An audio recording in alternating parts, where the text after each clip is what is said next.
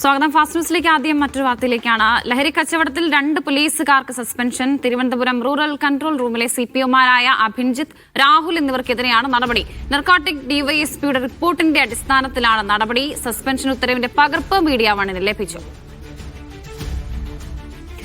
Sijo V John വിവരങ്ങൾ നൽകാനായി ചേരുന്നുണ്ട്. സിജോ, വിശദാംശങ്ങൾ എന്താണ്? തിരുവനന്തപുരം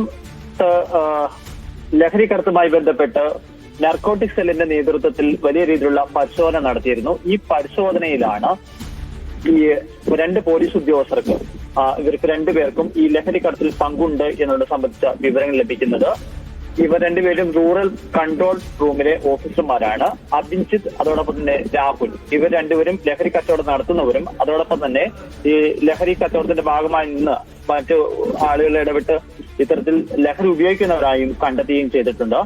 നർക്കോട്ടിക് സെൽ ഡിവൈഎസ്പിയുടെ നേതൃത്വത്തിൽ നടത്തിയ അന്വേഷണത്തിലാണ് ഇത്തരത്തിലുള്ള ഒരു കണ്ടെത്തൽ വന്നിരിക്കുന്നത്. അതിന്റെ അടിസ്ഥാനത്തിലാണ് റൂറൽ നർക്കോട്ടിക് സെൽ ഡിവൈഎസ്പി ജില്ലാ പോലീസ് മേധാവിക്ക് റിപ്പോർട്ട് നൽകുന്നത്. അതിന്റെ അടിസ്ഥാനത്തിലാണ് ഇപ്പോൾ റൂറൽ പോലീസ് മേധാവി ഇവരെ സസ്പെൻഡ് ചെയ്തുകൊണ്ട് ഉത്തരവിറക്കിയിരിക്കുന്നത്. ഇവരുടെ ഭാഗത്തുനിന്നുണ്ടായത് ഗുരുതരമായ വീഴ്ചയാണ്, കുറ്റകൃത്യമാണ്, അതിനെ ഗൗരവമായി കാണുന്നെന്ന് ചൂണ്ടിക്കാണിച്ചുകൊണ്ടാണ് സസ്പെൻഷൻ നടപടി സ്വീകരിച്ചിരിക്കുന്നത്.